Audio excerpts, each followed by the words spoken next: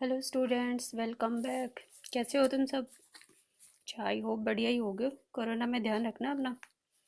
चलो आज स्टार्ट करते हैं। पिछले वीडियो के अंदर अपन ने टॉपिक स्टार्ट किया था स्ट्रक्चर ऑफ एंथर। ठीक है, उसके अंदर अपन ने इतनी संरचना की बात कर ली थी, इतनी स्ट्रक्चर देख ली थी कि जो अपना एंथर होता है वो दो चीज़ों से मिलकर बना है, फिलामेंट और एंथर सैक यानी कि एंथर लोब। ये वाला डायग्राम अपन ने उस लेक्चर के अंदर देखा था। और ये भी चीज़ें देख ली थी। देखो, इसका जब अपन टीएस कट करके देखते हैं तो ये फोर लोब्ड स्ट्रक्चर नज़र आती है। यानी कैसी स्ट्रक्चर है, एंथर की जो स्ट्रक्चर होती है वो कैसी होती है? टेट्रागोनल स्ट्रक्चर होती है। अब देखो, इसके आगे की स्ट्रक्चर की बात करेंगे अपन। जब अपन इसका टीएस कट करते हैं तो ये अपन को फोर लोब्ड स्ट्रक्चर नज़र आती है। यानी कि इस एंथर के अंदर कितनी माइक्रोस्पोरेंजिया हैं? फोर हैं। अब इसकी इनर स्ट्रक्चर की बात करते हैं तो ये माइक्रोस्पोरेंजिया जो अपन को नज़र आ रही हैं, इनके आउटर साइड में यानी कि ये जो स्पेस आपको नज़र आ रही होगी, ये कितनी लेयर से मिलकर बनी होती? एक्चुअल में एंथर कितनी लेयर्ड स्ट्रक्चर होती है? तो अपने पास एंथर जो है फोर लेयर स्ट्रक्चर होती है। फोर लेयर स्ट्रक्चर है। अब इन ये फोर लेयर्स किस तरह से सिचुएटेड होती हैं इनके बीच में? तो ये देखो, अपन करते हैं बाहर से अंदर की तरफ करेंगे। जैसे ये आउटर लेयर हो जाएगी, इसकी तरफ अंदर की तरफ अपन बढ़ते चले जाएंगे। तो इस अकॉर्डिंग अपन इन सभी स्ट्रक्चर्स की बात करते हैं। फर्स्ट ऑफ ऑल ये याद रखो कि ये जो स्ट्रक्चर इसकी अपन पढ़ेंगे, तो इसका मतलब ये है कि इसकी जैसी स्ट्रक्चर होगी, इन सब की भी वैसी ही स्ट्रक्चर होगी। सभी स्ट्रक्चर्स कॉमन होती हैं। ठीक है, तो एक सिंगल इसकी अगर अपन याद कर लें तो ऑलमोस्ट सबकी याद हो जाएगी। ठीक है, चलो स्टार्ट करते हैं। तो इसकी जो फर्स्ट स्ट्रक्चर है, देखो ये ध्यान रखो, इसके चारों तरफ, किसके चारों तरफ? अपने जो एंथर है इसके चारों तरफ फोर लेयर प्रेजेंट होती हैं। सबसे अपर मोस्ट आउटर मोस्ट जो लेयर होती है वो होती है एपिडर्मिस। सबसे ऊपरी जो परत होती है उसका नाम क्या होता है? अधिचर्म। पराकोश की सबसे बाहरी परत होती है, यानी पोलन सेक जो है उसकी सबसे आउटर मोस्ट ये लेयर होती है। ठीक है, सबसे बाहर होती है। तो ये सोचो कि बाहर होती है, इसका मतलब ये पूरी इंटरनल स्ट्रक्चर्स को प्रोटेक्शन देने का काम करेगी। यानी कि सबकी जो सेफ्टी है वो इसके हाथ में आ जाएगी। तो देखो, पराकोश की ये सबसे पोलन सेक की सबसे आउटर मोस्ट लेयर है। It is single celled thick layer. एक ही लेयर से बनी हुई, एक ही सेल्स की लेयर से बनी हुई ये एक मोटी स्ट्रक्चर होती है। मोटे मीन्स ये थिक इसलिए होती है ताकि ये इंटरनल लेयर्स को प्रोटेक्ट कर सके। इसकी जो प्रेजेंस है, यानी कि इसका जो फॉर्मेशन है वो आर्किस्पोरियल सेल से नहीं होता। आर्किस्पोरियल सेल्स मीन्स जब इसका फॉर्मेशन होता है तो एक सेल मास होता है जो कि डिवाइडेशन करने के बाद में इस स्ट्रक्चर का फॉर्मेशन करता है। तो इस कहने का मतलब ये हुआ कि जो आउटर स्ट्रक्चर है उसका फॉर्मेशन, यानी उसके फॉर्मेशन में आर्किस्पोरियल सेल्स पार्ट नहीं लेती। देखिए फंक्शन क्या है इसका? Protective layer. ये मैंने अभी भी बताया आपको कि आउटर मोस्ट लेयर या इनर लेयर्स की सबकी प्रोटेक्शन की जिम्मेदारी हो जाती है, इसकी रिस्पॉन्सिबिलिटी हो जाती है। ठीक है, तो इसका जो फंक्शन है वो क्या हो जाता है? प्रोटेक्टिव लेयर है। अब इसके बाद में नंबर 2 आता है। देखो मैं आपको डायग्राम में बता देती हूँ। इधर देखो, इसका एक डायग्राम मैंने बनाया हुआ है। तो ये जो आउटर मोस्ट लेयर मैंने बनाई है, आउटर लेयर, ठीक है, ये आउटर लेयर क्या कहलाएगी? एपिडर्मिस, अधिचर्म कहलाती। इसके जस्ट नीचे की तरफ अपन देखें तो ये पहले वाली लेयर से थोड़ी और ज़्यादा थिक लेयर है जो कि क्या कहलाएगी? एंडोथीशियम। जस्ट इसके नीचे की तरफ दूसरी लेयर क्या होगी? एंडोथीशियम। तो एंडोथीशियम के बारे में क्या है देखो, एंडोथीशियम जो है वो एपिडर्मिस लेयर से नीचे वाली लेयर, ये भी same as it is single cell thick layer है। ठीक है, ये भी सिंगल सेल से बनी हुई एक थिक लेयर है। इस लेयर के ऊपर देखो, ये इंपॉर्टेंट पॉइंट है यहाँ पर, इस लेयर के ऊपर तंतुमय स्थूलन यानी फाइब्रस थिकनिंग प्रेजेंट होती है। फाइब्रस थिकनिंग का मतलब ये होता है कि इस लेयर में फाइबर्स जो होते हैं वो ज़्यादा अमाउंट में अरेंज होते हैं, जिससे कि ये फाइब्रस थिकनिंग शो करती है। इसकी आउटर लेयर जो है, आउटर लेयर का मतलब ये कोई डबल ट्रिपल लेयर नहीं होती, लेकिन ये जो मोटी लेयर बन जाती है इस वजह से आउटर और इनर, इस तरह से अपन इसको डिवाइड कर देंगे। तो इसकी जो आउटर लेयर है वो हल्की यानी कि थिन होगी, पतली रहती है, लेकिन जो इनर लेयर है वो अल्फा सेलुलोज की प्रोजेक्शन के वजह से मोटी हो जाती। तो मेन जो पॉइंट है वो याद रखने वाला ये है कि इसके अंदर अल्फा सेलुलोज का की थिकनिंग प्रेजेंट होती है। ठीक है, ध्यान रखना है इस चीज को। देखिए इसी लेयर के अंदर जो इंटरनल लेयर है जिसके ऊपर अल्फा सेलुलोज प्रेजेंट होता है, उसी के अंदर कैलोज की थिकनिक यानी कैलोज बैंड भी प्रेजेंट होते हैं। और कैलोज क्या है? कैलोज एक तरह से एक मटेरियल है जो कि सभी माइक्रोस्पोरेंजियास यानी कि सभी पोलन ग्रेन जो इसके अंदर बनेंगे उनको आपस में चिपकाने का काम करते हैं। यानी कि सारे के सारे एक साथ अरेंज किससे की वजह से होंगे? कैलोज लेयर्स की वजह से। इनको ब्रेक डाउन करने का काम कैलोज लेयर करती है, जो कि बाद की बात है, जबकि ये पूरी तरह से मेच्योर हो जाएंगे तब की बात है। ठीक है, तो ये याद रखना कि एंडोथीशियम जो है उसके ऊपर एक इम्पॉर्टेंट जो पॉइंट है वो क्या है? अल्फा सेलुलोज की थिकनिंग और कैलोज बैंड्स की प्रेजेंस होती है। ठीक है, नेक्स्ट इसका इंपॉर्टेंट पॉइंट क्या है? इसके कुछ स्थानों पर रेडियल वॉल्स पर कैलोज बैंड एब्सेंट होते हैं। इसका मतलब ये हुआ कि जो, जैसे सपोज करो ये स्ट्रक्चर है, ठीक है, अब इन सब के ऊपर ये सारी रेडियल वॉल्स ही हैं, इन सब के ऊपर कैलोज प्रेजेंट होता है, लेकिन ये जो अंदर की तरफ धसी हुई सी स्ट्रक्चर आपको दिख रही है, ये जगह, ठीक है, इन लेयर्स के ऊपर कैलोज बैंड प्रेजेंट नहीं होते।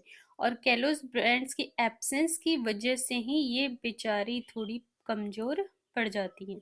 कमजोर पड़ने का मीन्स ये है कि जब एंथर का डाइसेंस होगा, जब एंथर फटेगा, यानी पोलन ग्रेन जब बाहर निकलेंगे, तो उनके फटने में ये लेयर हेल्प करती है, और इसी लेयर को क्या नाम देंगे? स्टोमियम नाम दिया जाता है। ठीक है, ये ध्यान रखना है। तो एंडोथीशियम की वो जगह यानी एंडोथीशियम लेयर की वो जगह जहां पर केलोस जमा नहीं होगा उसको स्टोमियम नाम दिया जाता है, और स्टोमियम जो है वो एंथरडाइसिन्स में अपनी हेल्प करवाएगा। देखो कुछ स्थानों पर रेडियल फॉल्स जो होती हैं वो कैलोस बैंड वहां पर एब्सेंट होते हैं, और इन स्थानों को क्या कहेंगे? स्टोमियम कहते हैं। स्टोमियम वाली जगह से ही एंथर का डाइसेंस यानी एंथर का प्रस्फुटन फटना होता है, जिससे कि सारे पोलन ग्रेन्स आउटर एनवायरनमेंट में फ्री हो सके। ठीक है, नेक्स्ट पॉइंट है, देखो इसी का, एंडोथेशियम फाइबर्स थिकनिक के कारण हाइग्रोस्कोपिक का मतलब ये होता है कि आउटर एनवायरनमेंट से वो जो भी नमी है, जो आर्द्रता है, जो वाटर एब्जॉर्प्शन है, वो ये काम कर पाएगी। ठीक है, तो इसके बाद में देखो आर्द्रता ग्राही हो जाती है, इससे एंथर के डाइसेंस में मदद मिलती है। तो फाइब्रस थिकनिक का क्या फंक्शन हो गया? ये आउटर एनवायरनमेंट से नमी एब्जॉर्व करती है, आर्द्रता को एब्जॉर्व करेगी, जिससे कि एंथर को डाइसेंस यानी कि फटने में मदद मिल सके। ठीक है, ये तो हो गई अपनी दो लेयर्स की बात। इन दोनों लेयर्स को अपन डायग्राम में आसानी से देख सकते हैं। देखो ये एपिडर्मिस आउटर मोस्ट लेयर होगी, और आउटर मोस्ट लेयर जो है सिंगल सेल की बनी हुई है। ठीक है, उसके जस्ट नीचे मैंने एक लेयर और बनाई है, थोड़ी सी मोटी आपको नजर आएगी, ये वाली। ठीक है, इसी के ऊपर अपन कैलोज की बातें कर रहे थे, कैलोज जमा होता है, फाइब्रस थिकनिंग होती है। ठीक है, तो इस लेयर को क्या कहेंगे? एंडोथीशियम अंतःस्चर्म का नाम दिया जाता है। ठीक है, ये दो चीजें हो गई। अब दो लेयर्स की बात होगी, इन दोनों लेयर्स के जस्ट नीचे third layer, middle layers present होती हैं। मिडल लेयर्स का क्या फंक्शन है, क्या काम आती हैं, कैसे बनती हैं? तो देखो मिडल लेयर यानी मध्य परतें एंडोथीशियम के ये नीचे प्रेजेंट होती हैं। एंडोथीशियम की जस्ट नीचे की तरफ क्या प्रेजेंट होगी? Middle layer. तो अब तक तो अपन ने देखा, देखो एपिडर्मिस और एंडोथीशियम सिंगल लेयर स्ट्रक्चर्स हैं, लेकिन जो मिडल लेयर्स हैं वो कैसी हैं? 1 2 3 सेल लेयर, यानी कि एक से तीन परतों की बनी हुई स्ट्रक्चर्स होती हैं। इनका मेन फंक्शन देखो, इन सेल्स में फूड स्टोर होता है। फूड मीन्स जितना भी न्यूट्रिटिव सब्सटेंस है उनको स्टोर करने का काम कौन करेंगी? मिडल लेयर्स करेंगी। क्यों करेंगी, क्या काम आएगा, ये आगे देखते हैं। देखो ये जो लेयर्स होती हैं शॉर्ट लिव्ड होती हैं, यानी कि बहुत कम टाइम के लिए ये बनती हैं, और ये मेच्योर होने के बाद में पोलन सेक्स में एब्सेंट, यानी कि आप अगर ये देखें कि मेच्योर पोलन सेक जो होता है मेच्योर हो जाएगा, यानी कि पोलन ग्रेन जब बन जाएंगे तो उनके अंदर आपको ये लेयर देखने को नहीं मिलेगी। क्यों नहीं लेयर देखने को मिलेगी? उसके पीछे रीजन साफ सा है, क्योंकि ये फूड स्टोर करती है, और अपना ये फूड टैपिटम को दे देती है। टैपिटम अपना फूड किसको देंगी? पोलन ग्रेन्स को देगी। तो ये फूड जब अपना दे देगी तो बेचारे कमजोर पड़ जाएंगी, जिसकी वजह से ये क्या हो जाएंगी? डिजनरेट हो जाती हैं, खत्म हो जाती हैं। ठीक है, देन नेक्स्ट सबसे इंपॉर्टेंट लेयर है टैपिटम। ये देखो ये जितनी भी सारी लेयर्स हैं, ये जो आपको एक फ्लावर लाइक स्ट्रक्चर जो यहाँ बना के मैंने बताई हुई है, ये क्या कहलाएगी? टेपिटम। सबसे इम्पॉर्टेंट लेयर होती है एक एंथर की। टेपिटम का जो मेन फंक्शन है, देखो सबसे पहले देखो, थिक सिंगल लेयर है ये भी सिंगल सेल से बनी हुई लेयर है, लेकिन कैसी है? थिक है, मोटी है, ठीक है। सेल्स में बड़ा केंद्रक और यानी कि न्यूक्लियस जो है वो बहुत बड़ा होता है, प्लस जो इसके अंदर, इन सेल्स के अंदर जो साइटोप्लाज्म भरा होता है वो भी बहुत ज़्यादा घना होता है, यानी कि डेंस साइटोप्लाज्म प्रेजेंट होता है, ठीक है। किस लिए होता है, इसका फंक्शन देखेंगे। तो ये जो लेयर है ये अपने लिए मीन्स ये माइक्रोस्पोर मदर सेल, जो ये अंदर एक छोटा सा राउंड आपको नजर आ रहा होगा, ये माइक्रोस्पोर मदर सेल्स हैं जो कि डिवीजन करके माइक्रोस्पोर यानी लघु बीजाणुओं का निर्माण करेंगे। तो ये न्यूट्रिटिव लेयर है, कौन? टेपिटम। टेपिटम एक न्यूट्रिटिव लेयर है, यानी कि पोषण प्रदान करने वाली लेयर है। किसको पोषण प्रदान करवाएगी? ये लघु बीजाणुओं को, यानी कि पॉलन ग्रेन्स को। देन स्टार्टिंग में टेपिटम की सेल्स डिप्लॉयड। स्टार्टिंग में टेपिटम की जो सेल्स होती हैं वो कैसी हो जाती हैं? डिप्लॉयड होती हैं। और बाद में जैसे जैसे, लेकिन बाद में ये कैसी हो जाती है? पॉलीप्लॉइड। जैसे जैसे इसके अंदर डिवीजन बढ़ता चला जाएगा तो ये डिप्लॉइड से पॉलीप्लॉइड या मल्टी न्यूक्लिएटेड हो जाती है, यानी एक ही सेल के अंदर जब एक से ज़्यादा न्यूक्लियस प्रेजेंट होता है तो ऐसी सेल्स को अपन क्या कहेंगे? मल्टी न्यूक्लिएटेड कहेंगे। टेपिटम मिडल लेयर से फूड एब्जॉर्व करती है। टेपिटम क्या करेगी? Middle layer. तो देखो ये टेपिटम, ठीक है, ये इस मिडल लेयर, हमने अभी थोड़ी देर पहले देखा मिडल लेयर के पास फूड स्टोर होता है, तो उस स्टोर फूड को कौन ले लेगी? टैपिटम ले लेगी, और टैपिटम उस फूड को लेकर किसको दे देगी? माइक्रोस्पोर्स को देगी। देखो नेगेटिवली देखे तो माइक्रोस्पोर मदर सेल को देगी, माइक्रोस्पोर मदर सेल उसे किसको दे देगी? माइक्रोस्पोर्स को। तो उसकी फॉर्मेशन में, उनके मेच्योरेशन में ये काम आता है, ठीक है। तो इसी भी यहाँ पे अपन क्या कहते हैं? टैपिटम क्या है? एक न्यूट्रिटिव लेयर है। टैपिटम मिडिल लेयर के फूड से फूड एब्जॉर्ब करके माइक्रोस्पोर यानी कि लघु बीजाणुओं को दे देती है, और खुद कैसी हो जाएगी? डिसइंटीग्रेट हो जाएगी, यानी डीजनरेट हो जाएगी। आगे देखो, ये तो हो गई टैपिटम की बात, लेकिन टैपिटम के दो टाइप हैं। दो टाइप की टैपिटम अपने पास, अपने सिलेबस के अकॉर्डिंग दो टाइप की टैपिटम होती हैं। तो देखिए, there are two types of tapetum, amoeboid amoebae tapetum, और दूसरी होती है ग्लैंडुलर यानी सिक्रेटरी यानी कि स्त्रावी टैपिटम। ये स्त्रावी टैपिटम बहुत ज़्यादा इंपॉर्टेंट है। क्यों है? देखो, अपन दोनों के अंदर डिफरेंस देखते हैं तो अपन को ये नज़र आ जाएगा। देखो, जो अमीबॉइड है, अमीबी टैपिटम है, वो प्रिमिटिव एंजियोस्पर्म यानी कि जो स्टार्टिंग में डेवलप हुए थे उन एंजियोस्पर्म के अंदर ये देखने को मिलती थी, और ये बहुत जल्दी ही खत्म हो जाती थी, यानी बहुत जल्दी डिसइंटीग्रेट हो जाया करती थी, ठीक है। इसका जो मेन फंक्शन है वही है कि मिडिल लेयर से ये फूड को एब्जॉर्व करके कुछ स्पेशल बॉडीज में ये स्टोर करती है, यानी मिडिल लेयर से ये फूड एब्जॉर्व कर लेगी, ये अपन ने पहले भी देख लिया। उस फूड को एब्जॉर्व करके अपने पास कुछ स्पेशल सेल्स के अंदर रख लेती है, उनको स्पेशल बॉडीज यानी उनको प्रोटोप्लाज्मिक बॉडीज कहते हैं। यानी फूड कहाँ स्टोर हो जाएगा? प्रोटोप्लाज्मिक बॉडीज के अंदर।